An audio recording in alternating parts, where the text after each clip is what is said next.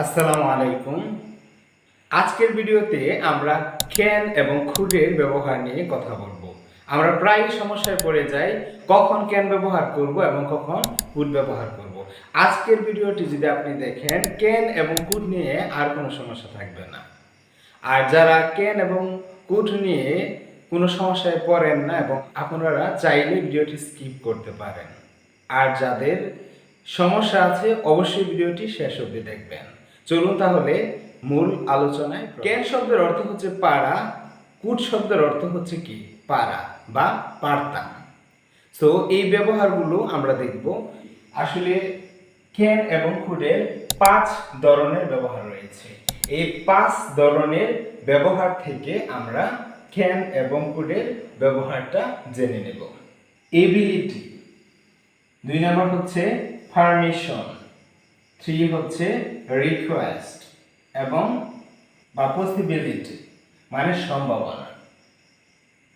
তারপর হচ্ছে suggestion, suggestion মানে হচ্ছে প্রস্তাব। এখানে আমরা এবিলিটির ক্ষেত্রে কোনো একটা কাজ আমি করতে পারি বা সক্ষমতা আছে বা ক্ষমতা আছে, যেমন আই ক্যান সুইম, আমি সাঁতার কাটতে পারি। এবিলিটির ক্ষেত্রে কুডটা ইউজ হয় পাস্ট টেন্সের ক্ষেত্রে, যেমন আই কুড সুইম, আমি সাঁতার কাটতে পারতাম। ওয়েন আই ওয়াজ 10, যখন আমার বয়স 10 বছর ছিল। আই কুড রান, আমি দৌড়াতে পারতাম। আই কুড ইট, আমি খেতে পারতাম। আশা করি এবিলিটির ক্ষেত্রে ক্যান এবং কুডের ব্যবহার আপনার একদম স্পষ্ট হয়েছে। পারমিশন বা অনুমতির ক্ষেত্রেও কিন্তু আমরা ক্যান বা কুডের ব্যবহার করে থাকি। তো পারমিশন হচ্ছে অনুমতি। ক্যান আই গো আউট, আমি কি বাইরে যেতে পারি।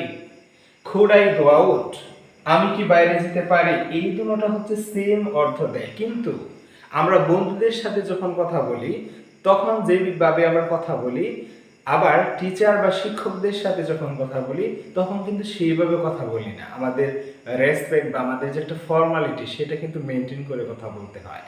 আমরা আমাদের সমবয়সী বা ছোটদের সাথে বা বন্ধুদের সাথে কিন্তু তুই করে কথা বলি, তুমি করে কথা বলি, কিন্তু টিচারদের ক্ষেত্রে আমরা কিন্তু আপনি বলে সম্বোধন করে থাকি অচেনা কাউকে এবং বড়দের বা শ্রদ্ধার, অর্থাৎ এক কথায় ফর্মাল সিচুয়েশনে আমরা কিন্তু আপনি বলে থাকি। সেটাই হচ্ছে আমরা এখানে দেখব পারমিশনের ক্ষেত্রে। ক্যান আই গো আউট, আমি কি বাইরে যেতে পারি। এটা হচ্ছে মানে তুই করে বলার মতো, মানে আমরা ইনফর্মাল সিচুয়েশনে ব্যবহার করব। কি কুড আই গো আউট, আমি কি বাইরে যেতে পারি, খুবই ভদ্র এবং সম্মানের সাথে কারো কাছে এটা বলা বা অনুমতি চাওয়া। তো আশা করি এই পারমিশনের ক্ষেত্রে আমাদের ক্যান এবং কুড নিয়ে কোনো সমস্যা থাকবে। এরপর হচ্ছে রিকোয়েস্ট বা অনুরোধ। অনুরোধের ক্ষেত্রেও আমরা এটা ব্যবহার করে থাকি। Can you open the door, তুমি কি দরজাটা খুলতে পারবে। আর যখন আমরা ফর্মাল সিচুয়েশন ইউজ করব, শ্রদ্ধার সাথে বলবো বা আরো নমনীয়ভাবে বলবো, তখন কিন্তু could you open the door, তুমি কি দরজাটা খুলবে। Could you close the window, তুমি কি জানালাটি বন্ধ করবে। এরপর হচ্ছে পসিবিলিটি। পসিবিলিটি হচ্ছে সম্ভাবনা। ইট ক্যান বি রিস্কি, এটি রিস্কি হতে পারে, এটি রিস্কি হতে পারে। ইট কুড বি রিস্কি, এটাও হচ্ছে কি, এটার পসিবিলিটি একটু বেশি বোঝায় আর এর পসিবিলিটি একটু কম বোঝায়, এই ক্ষেত্রে আমরা ব্যবহার করতে পারি। এটা হচ্ছে কি ইনফর্মাল আর এটা হচ্ছে কি ফর্মাল। সাজেশন, প্রস্তাব দেই আমরা অনেক সময়, you can try this method, তুমি এই পদ্ধতি চেষ্টা করতে পারো। তাহলে এটা হচ্ছে আমরা কি করব, তাহলে ইনফর্মাল ইউজ করব। এটাও ইনফর্মাল ইউজ করব আর এটা হচ্ছে কি ফর্মালি আমরা বলব you could try this method, আপনি এই পদ্ধতিটি অনুসরণ করতে পারেন।